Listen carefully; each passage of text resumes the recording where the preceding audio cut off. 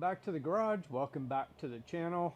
I never wanted to remove those protective caps off the top of the bed rail. Just go ahead, raise your hand if you ever broke all the clips.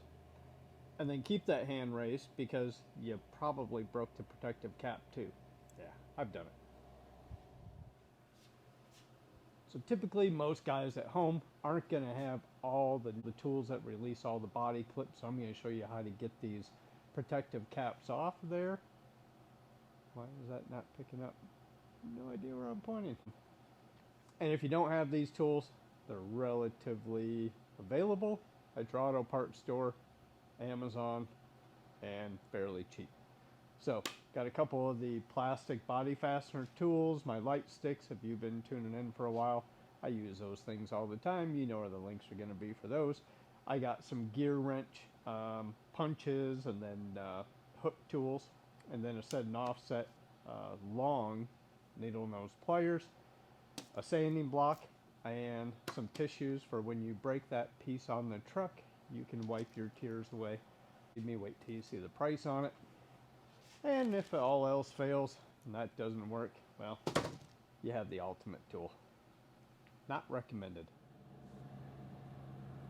Over at the truck bed, you can see the real reason why I have the Kleenex out here, or paper towel, and that's so I can put it underneath my high power magnet. Personally myself, before I start to tackle anything like this, I like to see what the fasteners look like. I like to see how they release.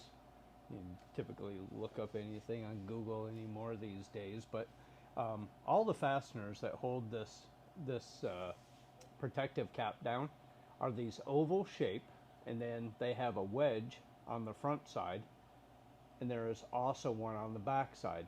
Now when this goes down to the bed and the top rail, what happens is that collapses as it's going through, and then once it gets on the other side, it pops open. And there's a couple of ways that you can get to these. Some of them are exposed, that are back inside. So up inside our tail light housing, hopefully I can get this camera up in there. Yeah, you can see right there, that's where one of them will come through.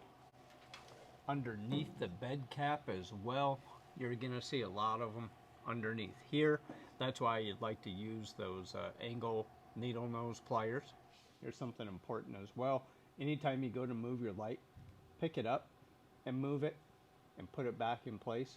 You're working on somebody else's vehicle. You don't want to be sliding it around. You never know what type of metal it may have picked up. Alright, so what I'm going to do here is, this fastener has been released. Maybe go ahead and use the plastic tool. It's not going to cause any body damage. I have one of the pins back behind here. Hopefully you guys can see it. And what I'm going to do is I'm going to use my straight punch, and I am going to release it on the front side. And then with my hook tool, I'm just going to reach behind it, hopefully. And that pop was it releasing on the back side. And at that point, slide my block down, just keep a little bit of pressure on it.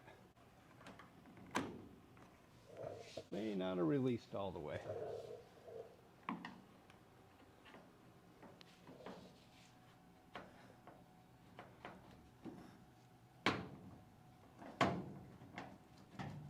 Yep. Sometimes you got to do it twice. If we look past this front one, you can see the one in the back here. That's when I released it from the front side. Then I put the hook tool on the back side, gave it a pull, and that finally popped up, releasing this.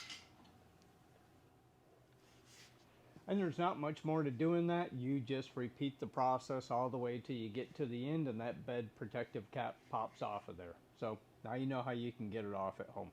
I'm going to go ahead and get back to work. If you would, hit that thumbs up button down below. Hit that subscribe button if you would. We'll catch y'all later on this week.